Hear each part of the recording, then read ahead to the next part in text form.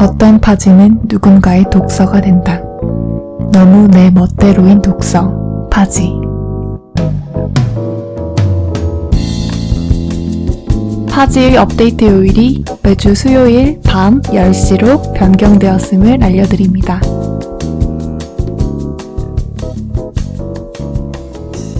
안녕하세요, 보시입니다. 안녕하세요, 지포입니다. 지금 이제 2부죠? 네. 네, 맞습니다. 지금 2부를 먼저 녹음하고 있기 때문에 저희가 굉장히 어색한 상태로 네. 사실 연습은 다 했어요. 연습은 다 했는데 그리고 먼저 말씀드리자면 혹시 뒤에서 푸시럭푸시럭 소리가 나면 저와 같이 살고 있는 지금 이 소리죠? 저와 같이 살고 있는 강아지가 계속 왔다 갔다 하는 소리임을 알아주시길 바랍니다. 네. 자, 1부는 저희가 첫 작품으로 보르헤스의 기억의 천재 푸네스라는 걸 했고요. 물론 저는 이제 기억의 왕 푸네스라고 번역된 제일 첫 번째 번역을 읽었지만 현재 지금 유통되고 있는 제목은 기억의 천재 푸네스라는 단편 소설이었습니다. 자, 지포씨? 네. 오늘 이제 여기에 대해서 얘기를 해볼까요? 보시는 왜 처음에 이 책을 골랐나요? 네, 제가 골랐죠. 생각해보니까. 이 작품을 이제 고른 이유는 굉장히 추상적이에요. 굉장히 추상적인데, 이 질문을 한번 먼저 받았을 때 생각을 해보다 보니까 어느 정도 정리가 됐죠.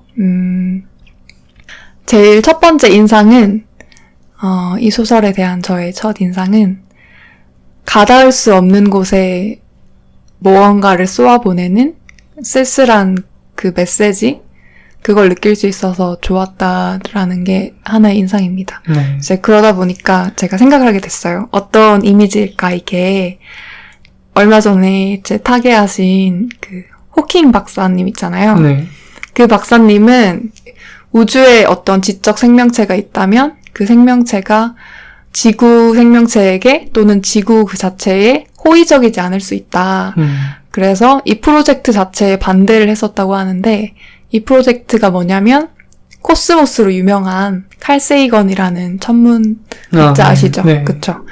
그분이 그 보이저호에 인류가 어떤 존재이고 지구가 어떤 행성인지 설명을 하는 그런 레코드판을 보이저호에 쏘아 올려요. 네. 근데 그 레코드판에 뭐가 담겨 있냐면 그 레코드 프로젝트 이름이 골든 레코드예요. 골든 레코드.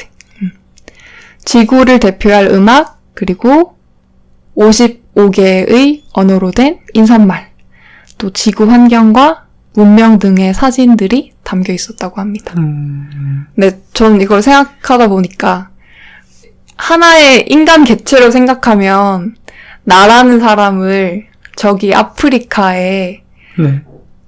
소개하기 위해서 아니다. 한 호주 정도? 호주 정도에 있는 누군가에게 나를 소개하기 위해서 네.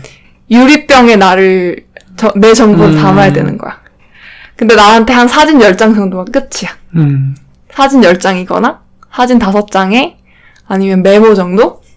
내가 어떻게 생겼고 난 키가 몇이고 뭐 이 정도? 그러면 얼마나 막막하고 이상한 기분일까? 심지어 그 사람이 나를 볼지 안 볼지도 몰라. 근데 나는 그게 유일한 메시지야. 누군가에게 나를 전달할 네. 수 있는. 그런 기분이 들어요. 그러니까 이 책에 대해서 생각할 때 네. 그런 막막함을 느끼게 해주는 그런 감정이 들어서 이 책을 선택하게 된 거예요. 그쵸? 그러니까 왜 그런 쓸쓸함이 들까 한번 생각을 해보게 됐는데, 여기 나오는 푸네스라는 인물도 자기의 수십만 가지 생각을 분류하다가 지쳐서 잠들고 그러잖아요. 거의 잠도 자지 못하고. 그리고 그거를 오랜 시간이 지났도록 이미 30년 전의 일이라고 서술자가 이야기를 하는 걸 보니까 푸네스가 죽은 지 이미 몇십 년이 지난 후에도 이 주인공은 푸네스를 기억하면서 나의 서술이 푸네스를 왜곡시키지 않기를 아주 우려하면서 조심스럽게 이걸 쓰고 있고 그리고 그거를 쓴 보르헤스라는 작가와 그거를 읽고 있는 독자. 이 모든 것들을 생각했을 때의 어떤 막막함이 마치 우주 유형처럼 느껴질 때가 있어요. 네. 그래서 계속 제가 이 책을 첫 번째 책으로 꼽고 또 꼽고 이렇게 되는 게 아닌가 그런 생각이 들더라고요. 그 말씀한 거 들으니까 그 신카이 마코토의 SF 작품 중에 네. 짧은 단편 만화가 있는데요. 네. 그 내용이 뭐냐면 주인공은 중학생인데 여자친구가 우주 방위군에 선발이 돼서 그래서 지구를 지키기 위한 우주 방위군에 차출이 돼서 거기에 들어있는 거대한 우주 함선에 징병이 돼요. 그래서 나 이제부터 목성으로 떠나, 태양계 바깥으로 떠나 그러면서 이제 연락을 하게 되는데 처음에는 어찌됐든 문자 메시지를 보내면 빛의 속도로 날아갔다가 올 거기 때문에 처음에 태양 정도 거리에 떨어졌을 때는 문자를 한 번 주고받는데 8분이 걸렸어요.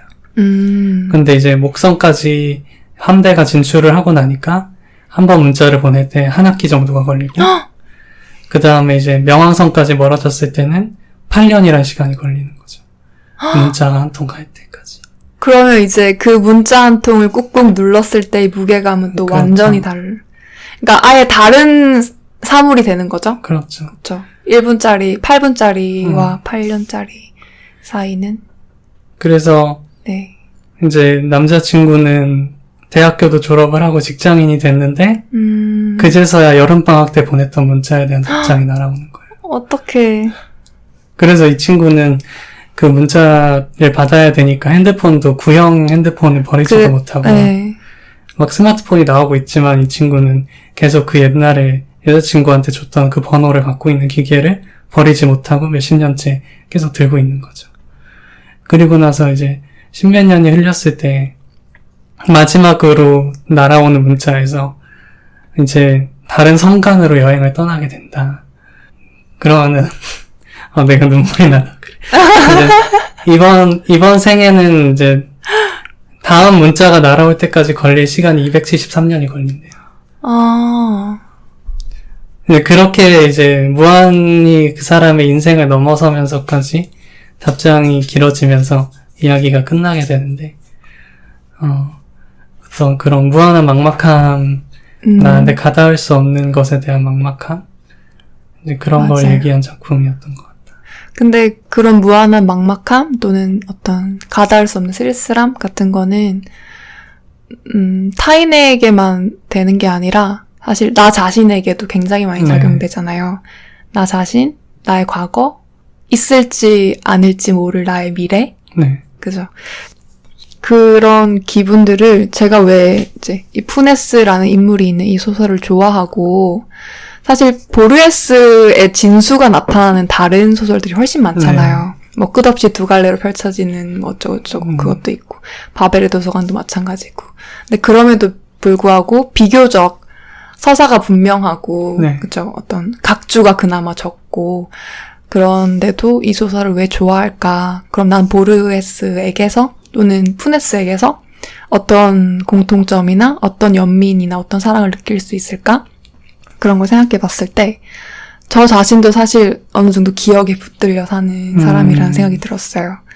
근데 그렇다고 이제 푸네스랑 같은 방식은 아니고 푸네스는 이제 망각을 못함으로써 기억에 붙들려 있는 거잖아요. 네.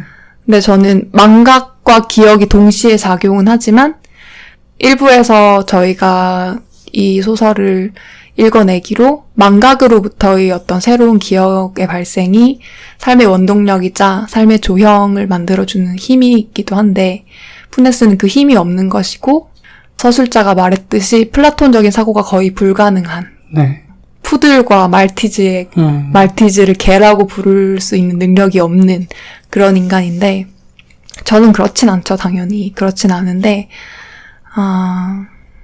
오히려 기억도 하고 망각도 함에도 그 기억이 더 이상 저를 다음 발걸음으로 내딛게끔 하지 못하고 그 기억이라고 선택된 것들도 사실 망각을 통해서 선택된 거잖아요. 이것이 중요하니까 기억되고 있는 네. 건데, 저 같은 경우에는. 근데 그게 저를 자꾸 붙잡았어요. 네. 저를 계속 다른 것을 하지 못하게 하고, 그 기억 속에 살게 하고, 그런 시간들을 꽤 오래 동안 보내게 되더라고요. 성격상. 그리고, 직보의 경우에는 혹시 어떤 성격인 것 같아요? 그러니까 망각이라는 건 결국 무엇이 중요하고 무엇이 중요하지 않은 것인지를 판단하게 해주는 열쇠가 되는 셈인데, 근데 그것들이 잘 안 될 때가 많아요. 그러니까 힘든 기억을 떠안게 되면 그것들의 전체가 주는 그 어려운 감정 속에 휘말리다 보니까 오히려 내가 망각을 통해서 그 기억과 거리를 두고, 이것들은 내가 삼켜야 되는 것들이지만 이런 것들은 떠나보내도 되는 것이다 라는 어떤 선별의 과정을 통해서 내가 그 기억과 화해하고 또 내 역사를 이제 세워가는 과정을 갖게 되는 건데, 그런 환자들이 있어요. 외상후 스트레스 증후군을 앓고 있는 환자들이라든지, 네. 꼭 그렇게 거창하지 않더라도 자기의 힘든 기억에 이제 매여 사는 사람들이 있는데, 그런 분들을 위한 어떤 최신의 연구 자료로 치료법이 나온 게 있어요. 아, 네. 지금 의사로 오신 네. 건가요? 그런 거 네. 제가 뭔가 홍보하려는 건 아닌데, 안구운동 민감소실 및 재처리 요법이라는 좀 거창한 안구운동, 민감소실 및 재처리 요법. 재처리 요법. 네. 말은 굉장히 거창한데요. 네. 근데 사실 이 치료법은 정말 단순해요. 그러니까 내가 나를 힘들게 하는 기억들을 떠올리다 보면 그런 힘들어지는 순간이 있잖아요. 그때 눈을 왼쪽, 오른쪽, 왼쪽, 오른쪽으로 계속 굴리는 거예요. 이게 치료법의 전부예요.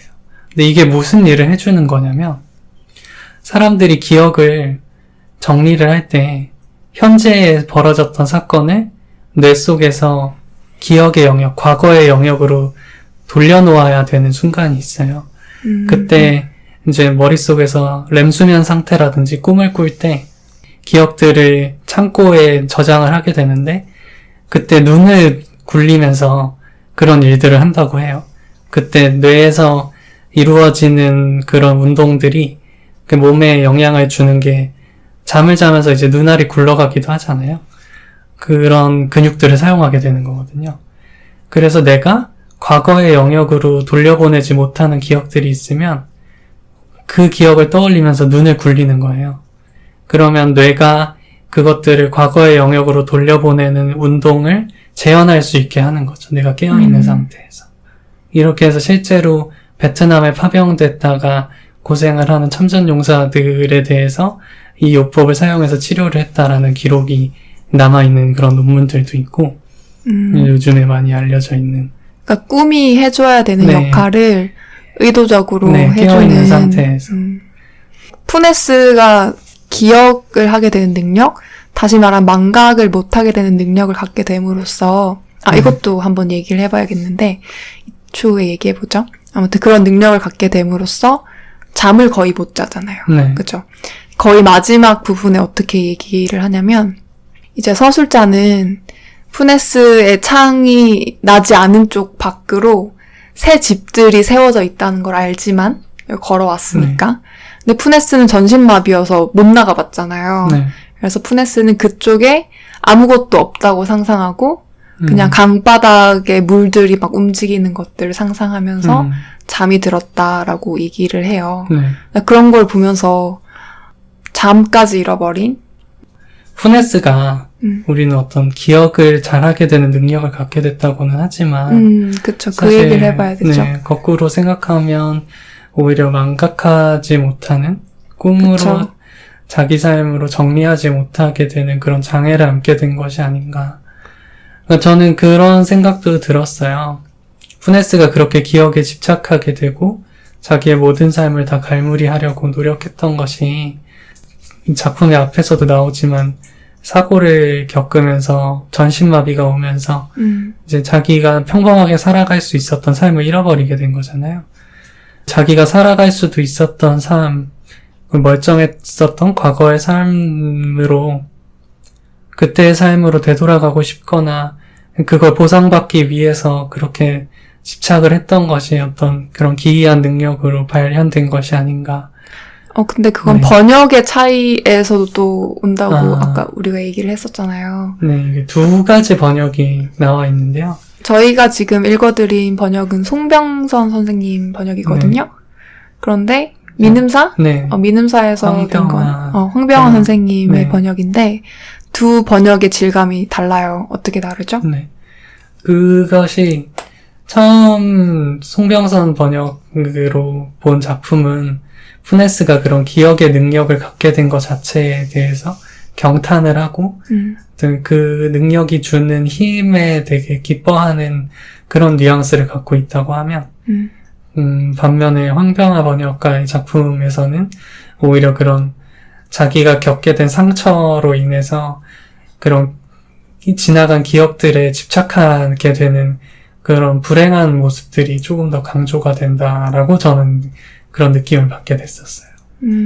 전 푸네스라는 인물이 눈을 떴을 때 자기가 푸른 말에서 떨어진 후에 네. 모든 것들의 감각이 달라진 걸 느끼고 풍부해짐을 느끼면서 그 이후에 느낀 게 몸이 안 움직인다는 걸 느꼈다고 했잖아요.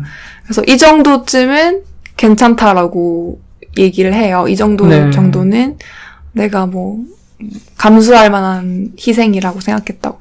근데 그 뒤에 서술되는 것들, 예를 들어서 푸네스가 말도 안 되는 수 체계를 고안하면서 이제 몇십만 개에 다다르는 모든 1대1 대응되는 수를 다 만들려고 한다든지 자기의 하루들을 다 분류를 해보려다가 너무 많고 쓸모가 없어서 포기해버리는 그런 일들을 보면 저는 자신의 장애를 숨기려거나 아니면 장애로부터 심리적인 어떤 위안을 얻으려고 그렇게 생각한 것 같진 않아요. 그냥 이건 마치 우리가 감각할 수 없는 새로운 막 기공들이 열리면서 그 세계를 펼쳤을 때의 기쁜 상태를 아직 누리고 있는 상태가 아니었을까, 푸네스가. 이제 겨우 그 당시에 19살이었고, 네. 이제 몇 해밖에 안 됐으니까. 그래서, 제 생각에 푸네스는 진심으로 자신의 장애를 기뻐했었던 게 아닌가, 그런 생각이 들어요. 그러면 보시는 푸네스와 같은 상황을 겪어본 적이 혹시 있는지. 그러니까, 그런 개인적인 질문을. 그러니까 좀 추상적으로 얘기를 하면, 그러니까 이렇게 자기의 한계를 맞닥뜨렸을 때 네. 모든 게 다 끝났다고 생각한 순간에 새로운 세상을 발견하게 되는 게 있잖아요. 그쵸? 그것처럼 보시도 어떤 내가 막막하고 도저히 열 수 없을 것 같은 벽을 마주했을 때 또 전혀 새로운 어떤 거를 발견하게 된 경험이 있는지 그런 게 좀 궁금했어요. 이 얘기를 하다 보면 너무 개인적인 얘기를 다 하게 될 것 같긴 한데 이건 어떤 저의 감정선과 연계되는 거라고 볼 수 있을까요? 제가 슬플 때 저는 감정 폭이 좀 큰 편이어서 슬플 때 아주 슬퍼하고 기쁠 때 아이처럼 좋아하고 그런 성격인데 슬플 때 막 엉엉 울면서 막 넘어갈 정도로 울 수 있어요. 그런데 그건 제일 슬픈 상태는 아니고 제가 제일 슬플 때는 그 이후에 오는 평온함이더라고요. 그러니까 저는 제일 슬플 때 평온하게 그리고 아주 건조하게 제 자신의 감정을 관조해요. 네. 아, 내가 지금 슬프구나 하고 바라보고 있어요. 바라보면서 지금도 그렇고 몇 해 전에도 그렇고 저의 어떤 패턴을 봤을 때 저는 식습관을 다잡음으로써 어떤 규칙들을 만들고 삶을 변화시키려고 했던 것 같아요. 근데 지금은 비거니즘이 유명해졌잖아요. 네. 지금은 이제 채식을 많이 하고 본인이 비건까지는 아니더라도 하루 한두 끼 정도는 아니면 일주일에 하나 정도는 비건식으로 먹으면서 아니면 비건 제품을 쓴다든지 이런 식으로 많이 마케팅 대상이 되고 있긴 한데 제가 비건이었을 2014년, 15년에는 많지 않았어요. 네. 많지 않아서 개인적으로 이제 인터넷으로 외로우니까 인터넷으로 비건인 사람들 찾아서 만나서 밥도 먹어보고 카페 활동도 해보고 그랬었는데 그 당시에도 슬픈 상태였던 것 같고 네. 슬프니까 이제 매일매일 강박적으로 뭘 먹었고 어떻게 뭐를 먹어서 실패했고 뭐를 먹어서 성공했고 그런 걸 다 기록하게 됐고 지금은 이제 1일 1식을 하고 있죠. 1일 1식 아주 좀 잘은 안 되고 있긴 하지만 네. 그래서 왜 내가 음식에 이렇게 집착 아닌 집착을 하게 되고 음식을 통해서 왜 나를 바로 잡으려고 하는지는 잘 모르겠어요. 모르겠지만 한 가지 확실한 것은 제가 그때 비건일 당시에 확실히 느꼈던 것은 음식은 확실히 문화예요. 네. 혼자서 밥을 먹는 날이 많게 되잖아요. 비건 하다 보면 다른 사람과 뭔가를 먹을 수 있는 게 많지 않아서 그래서 혼자서 밥을 먹다 보면은 혼자 먹는 밥은 그냥 하나의 영양소 섭취뿐이라는 걸 느낄 때가 왕왕 있었거든요. 그래서 음식은 문화이구나, 문화일 수밖에 없구나라는 걸 느끼고 제가 개인적으로 이제 카톨릭 신자인데 네. 식사 후 기도를 참 좋아해요. 식사 후 기도가 어떤 기도냐면 맛있게 먹었습니다. 감사합니다. 이런 기도 다음에 뭐가 이어지냐면 죽은 사람에 대한 기도로 끝나는 잘 먹었습니다로 시작해서 근데 죽은 사람 좀 잘 돌봐주세요로 끝나는 어떤 기도인데 그걸 완전히 이해할 수 있겠더라고요. 제가 음식으로 제 마음을 다스리다 보니까 왜냐하면 먹는다는 행위는 영양분 섭취인데 다시 말하면 이제 내 육체에 대한 어떤 기름 바름이 있잖아요. 기름칠을 하는 거잖아요. 그러다 보면 자연스럽게 육체가 없는 이들에 대해서 생각할 수 있게 되고 육체가 없는 사람들을 기도하게 되는 거죠. 그거를 긍휼이라는 단어가 있는데 긍휼, 긍휼하다 할 때. 네, 긍휼하다. 되게 그런 마음이 들게 해주는 그런 기도인 것 같아요. 식사 후 기도가. 네, 식사 후 기도가. 그쵸. 마지막 구절이 어떻게 됐죠? 근데 사실 저 이거 하려면 처음부터 외워야 되는데 전능하신 하나님 저희에게 베풀어 주신 모든 은혜에 감사하나이다. 아멘. 주님의 이름은 찬미를 받으소서. 아멘. 이제와 영원히 받으소서. 세상을 떠난 모든 이가 하느님의 자비로 평화의 안식을 얻게 하소서. 그쵸. 세상을 떠난 모든 이가 하느님의 자비로 평화의 안식을 얻게 하소서. 그 부분이 제일 좋아요. 네. 그쵸. 우리도, 그러니까 다시 기억에 대한 얘기로 돌아가 보면, 네. 그러니까 우리가 기억한다는 것도 사실은 음식을 섭취하는 거랑 좀 비슷한 것 같아요. 계속해서 내가 이 삶에서 무엇을 받아들이고 무엇을 받아들이지 않을 것인가를 그렇게 정리를 하는 것이고, 또 이어서 생각해 보면 더 이상 기억을 할 수 없는 자들을 위해서도 그들을 계속 기억해 주는 것, 이제 그런 책임감을 갖게 되는 것도 같아요. 내가 기억을 할 수 있다는 그런 능력을 갖는다는 것. 이미 죽은 자들, 더 이상 아무도 기억해 주지 않는 이들을 기억해 주는 것. 그래서 기억해 달라고 요구하는 거죠, 사람들이. 그것도 어떻게 보면 책임이고 윤리의 영역이기도 하지 않나. 그러면서 또 새로운 주제로 좀 옮겨가게 되는 것 같네요. 그렇네요. 윤리를 말하는 시대이긴 하죠. 우리가 빼먹은 게 있어요. 뭘 빼먹었냐면 보르헤스에 대한 얘기를 사실 안 하고 넘어왔어요. 이제 보르헤스에 대한 얘기는 뭐 여기 파지뿐 아니라 다른 데서도 많이 할 테지만 저희는 이제 아주 짧게 저희가 그냥 하고 싶은 얘기만 할 생각이거든요. 사실 보르헤스를 소개시켜 준 건 지포예요. 그렇죠? 지포가 보르헤스를 아주 좋아하고 저에게 소개해 줬었죠. 몇 해 전에. 왜 보르헤스를 좋아하고 보르헤스는 어떤 작가인지 한번 말씀해 주세요. 한마디로 제가 정리를 하자면 보르헤스는 무한을 탐구한 작가다. 무한을 탐구했다. 네, 무한. 어려운 말이네.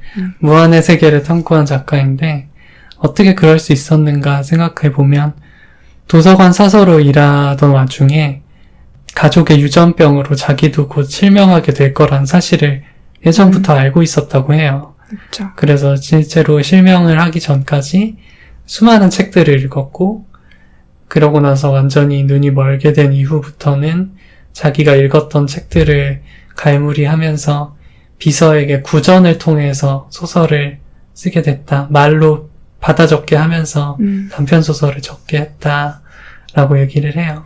그 보르헤스가 도서관 사서로 일할 때의 재밌는 일화가 있어요. 이건 실제 보르헤스 인터뷰에서 본 건데, 보르헤스가 이제 막 새내기로 사서가 됐을 때 에너지가 충만한 상태로 새내기니까 신입사원이니까 열심히 했어요. 그랬더니 자기보다 상사인 사람이 와서 보르헤스 너 이렇게 하면 안 돼. 이러면 네가 일을 너무 많이 하면 다른 사람들이 일자리를 잃잖니. 그래서 적당히 하라고 그렇게 얘기를 해서, 그래서 오전에만 일하고 뭐 오후에는 지하에 내려가서 책을 읽고 그렇게 생활했다고 하더라고요. 한국적이네요. 그 한국적이에요? 왜 한국은 노동시간이 제일 많은 나라 아니야? 그렇긴 한데. 네. 이제 일거리를 조절해야 된다는 점에서 굉장히 그런가요? 한국적이네요. 이해하실 분들은 이해하실 거라고 생각합니다. 지포는 직장인이고 저는 아니기 때문에 그런 것 같습니다. 그리고 또 하나. 요제지에 대해서도 말씀해 주세요. 요제지는 보르헤스가 좋아했던 동양의 동양의 포송령이라는 작가의 작품인데요. 포송령이라는 작가는 중국의 당나라 시대 때 태어난 작가인데, 이분의 얽힌 일화도 되게 독특해요. 과거 시험을 보아서 진급을 하려고 했지만 매번 떨어지기를 수차례 거듭을 하다가 결국에 보다 못한 친구의 아버지가 너 그냥 우리 회사에 와서 일해라 라고 해서 회사에서 장부를 봐주는 일을 하면서 그 일을 하다가 남는 시간에 소설을 썼고, 이제 그렇게 환상소설들 많이 모으게 되었다고. 확실히 환상소설을 쓰려면 남는 시간이 필요한 것 같아. 남는 시간도 필요하고 지루한 직업도 필요한 것 같아요. 그런 것 같아. 그랬을 때 좀 더 얘기해볼까요? 요제지 그 이야기가 정말 멋있잖아요. 네, 그 중에 심판이라는 제목의 작품이 있는데요. 아주 짧은 한 장짜리 소설인데, 이건 꿈에 대한 이야기예요. 그러니까 어느 날 왕이 꿈속에서 용을 만나게 되는데, 그 용이 하는 말이 당신의 신하 중에 한 명이 이제 곧 나를 죽일 거다. 그러니까 제발 나를 죽게 내버려 두지 말아주세요 라고 부탁을 해요. 그러니까 왕이 내가 그 신하를 붙들어 두고 절대 아무데도 못 가게 할 테니까 내가 저 별들에 대고 당신을 죽이지 못하도록 맹세하겠소 라고 얘기를 한 순간 왕이 꿈에서 딱 깨어나요. 그래서 꿈에서 깨자마자 그 신하를 불러다 놓고 하루 종일 밤새도록 장기를 같이 둡니다. 그 신하가 어디로도 떠나가지 못하게 붙잡아 두는 거죠. 신하는 영문도 모른 채 하루 종일 장기를 두다가 지쳐서 잠이 들어버렸어요. 네. 그런데 갑자기 궁궐 밖에서 쿵 하는 소리가 들려온 거죠. 깜짝 놀란 왕이 병사들을 시켜서 무슨 소리가 났냐라고 알아보게 했는데, 병사들이 커다란 용의 머리를 들고 나타납니다. 이게 하늘에서 떨어졌습니다. 어떻게 그렇게 된 거지? 이 사단이 나니까 그제서야 신하가 잠에서 깨어나서 이런 말을 남기죠. 정말 이상하다. 내가 방금 꿈속에서 용을 죽였는데. 네. 너무 멋진 것 같아요. 네, 정말 멋지죠. 진짜 멋진 소설이에요. 이 멋진 소설을 지구 정반대편에 있는 보르헤스가 보고, 야, 진짜 쩐다라고 생각했다는 거 아니에요. 그리고 자기도 이런 것들을 쓰는 거지. 네, 그렇죠. 이렇게 전 세계에 아무 관련도 없는 사람들이지만 그 사람들의 조금씩의 글들이 어떤 지식의 불꽃들이 이어지고 해서 새로운 기억으로 창조되고 하면서 지금에 이르게 되지 않았나. 네. 이것 또한 이제 기억의 누적이라고 볼 수 있죠. 지구 반대편에 있는 사람들의 글들이지만 그런 글들이 사람들의 작고 작은 기억들이 연결되고 전달되면서 그렇게 쌓아 올려지는 거, 그게 기억의 본질적인 목표가 아닌가 생각이 들어요. 이게 결국 푸네스랑도 이어지는 것 같아요. 네. 푸네스가 자기 스스로 자랑할 만큼 자기의 마비와도 맞바꿔도 아깝지 않을 만큼의 비상한 기억의 능력을 가졌음에도 네. 결국 뭐 19살 나이에 폐우열로 죽는 자신의 육체의 한계를 넘기지 못하잖아요. 네. 그리고 그 많던 풍부한 감각들과 기억력은 푸네스의 육체와 함께 사라지고 마는 거죠. 사라졌죠. 그래서 이건 저희가 지금 파지를 녹음하고 있는 것과도 좀 맞닿는 부분이죠. 네. 그쵸? 저희가 책을 좋아하고 읽어주는 것을 좋아하고 또 책을 다양한 방식으로 접목시키면서 이제 읽어보고 해석하는 걸 좋아하는 사람들인데 이걸 지금까지 몇 해 동안 혼자 해왔어요. 네, 그쵸? 저희 둘이서만 얘기하고. 둘이서만 얘기하고 혼자 글만 써보고 그러기만 했는데 이제 이것들 이렇게 묶어내보려고 해요. 전달하고 전하고 네, 이렇게 전달하고 조금씩 쌓아서 다른 사람들에게 퍼져나가는 거. 네, 그것을 그렇게 믿는 거죠. 기록되는 게 이게 저희들이 하고 싶은 일들이 아닌가 싶습니다. 지금까지 1화 파지의 기억의 천재 푸네스는 1부와 2부로 구성되어 있는데요. 네. 1부는 저희가 했던 방식처럼 1부는 책 소개와 저희가 어떻게 이 책을 읽어냈는지 그리고 읽어낼 부분을 텍스트를 읽어드릴 것이고요. 2부는 저희의 이렇게 담화로 끝낼 생각입니다. 어떻게 재밌게 들으셨나요? 자, 지금까지 저는 보시였고요. 지포였습니다. 다음에 만나요. 안녕.